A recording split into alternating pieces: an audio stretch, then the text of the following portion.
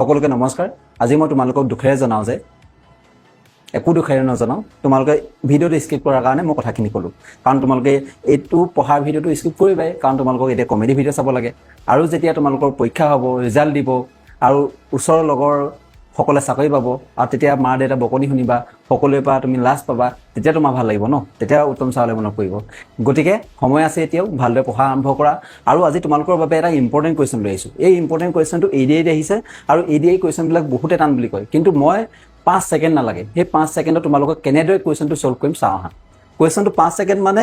তোমালোকে এটা লাইন মুখস্থ কৰি থব লাগে এটা লাইন মুখস্থ কৰি থলে এনেকুৱা টাইপৰ কোৱেশ্চন তোমালোকে এক্সামত 100% দেখা পাবা গতিকে কোৱেশ্চনটো কি কৈছে চাও আহা কোৱেশ্চনটো ইংলিছত লিখা আছে পঢ়ি লবা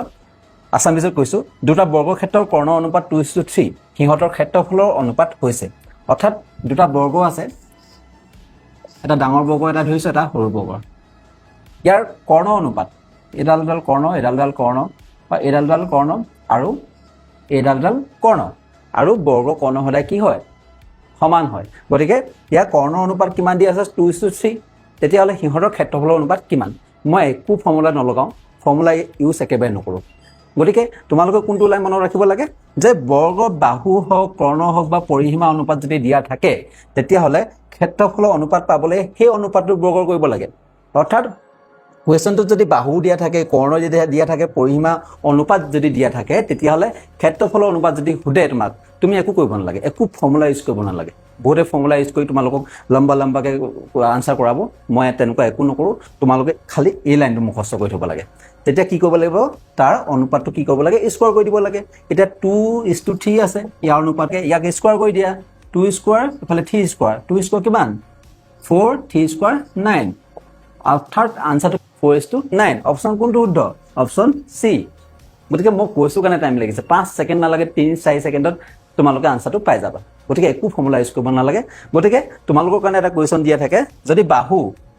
বাহু ৰেশিওটো দিয়া থাকে 4:6 তেতিয়া হলে ইয়াৰ ক্ষেত্ৰফলৰ অনুপাত তুমি মোক আনসাৰটো কমেন্ট বক্সত কমেন্ট কৰি জনোৱা অৰ্থাৎ বৰ্গটোত যদি দুটা বৰ্গক্ষেত্ৰৰ মই বাহু অনুপাত 4:6 কৈছো তেতিয়া হলে হিহঁতৰ ক্ষেত্ৰফলৰ অনুপাত কিমান গতিকে সকলোৱে কমেন্ট কৰা